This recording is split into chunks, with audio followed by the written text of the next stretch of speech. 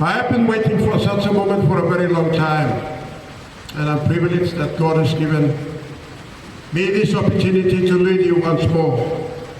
And thank you once again to my Honourable Member for Handover and former Minister for Education, Science and Technology, and our Minister of Sports for the confidence in me to lead this organization moving forward.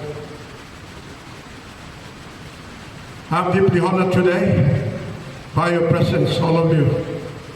I'm standing here before you as your servant leader, pledging homage to serve you with confidence and to work with you side by side every step of the way. Today marks the beginning of a new era of transformation. As members of this great sporting movement, we have one common purpose, and that purpose is to use sports as a development tool to inspire our people so that they can be inspired. I'd also like to take this moment to pay tribute to our former hardworking CEOs, former Board of Commissioners, two were here, others have moved on, our colleagues, coaches, trainers, administrators, sporting icons,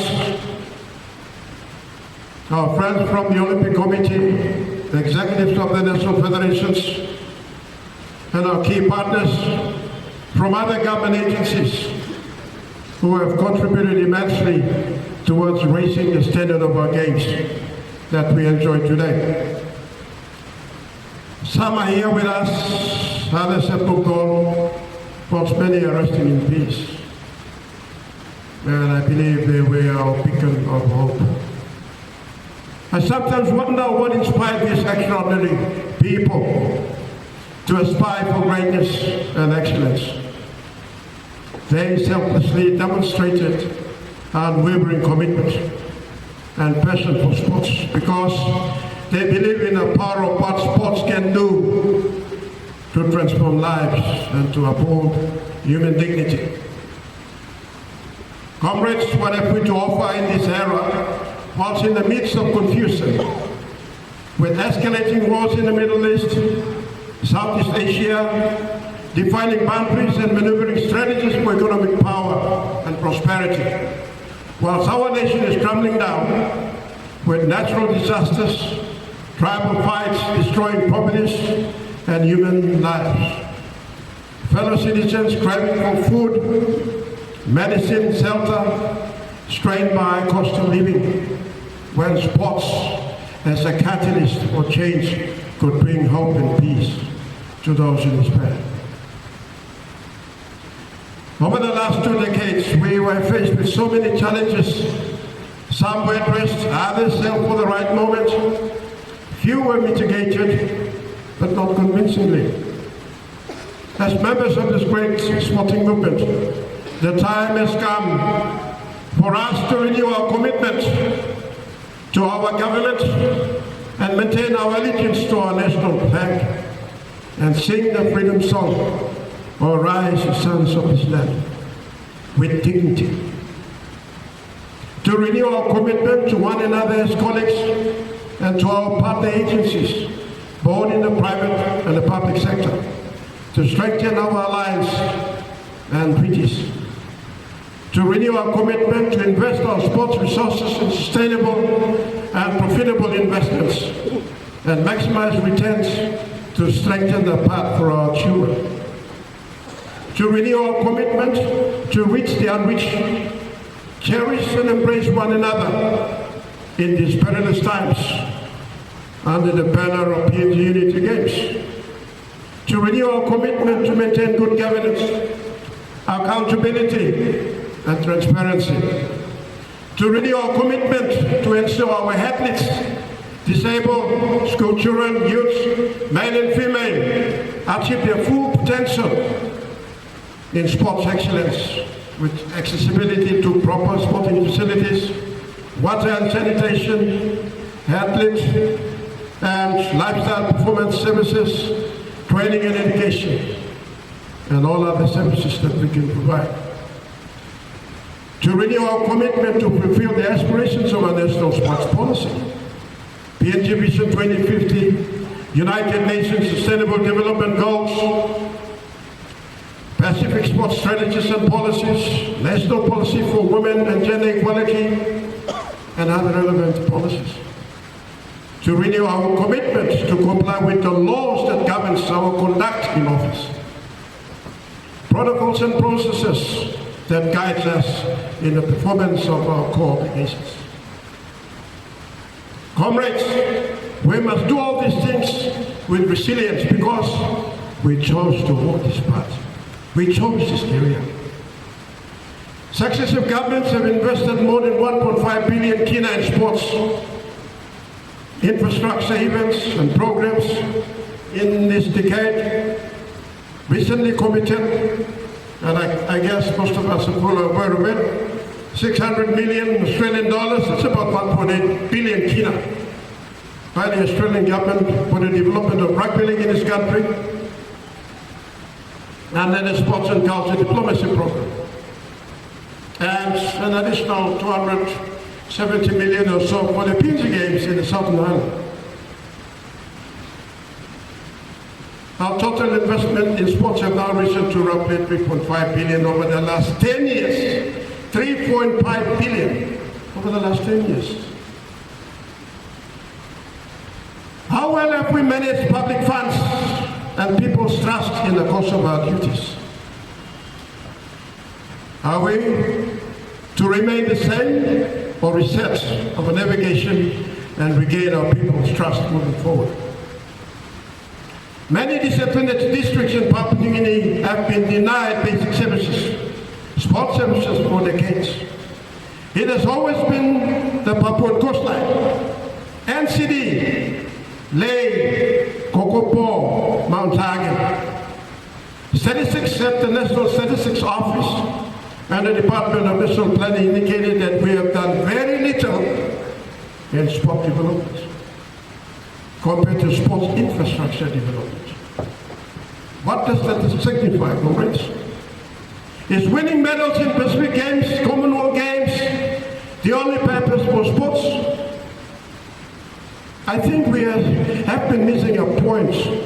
Our sports equation is not balanced.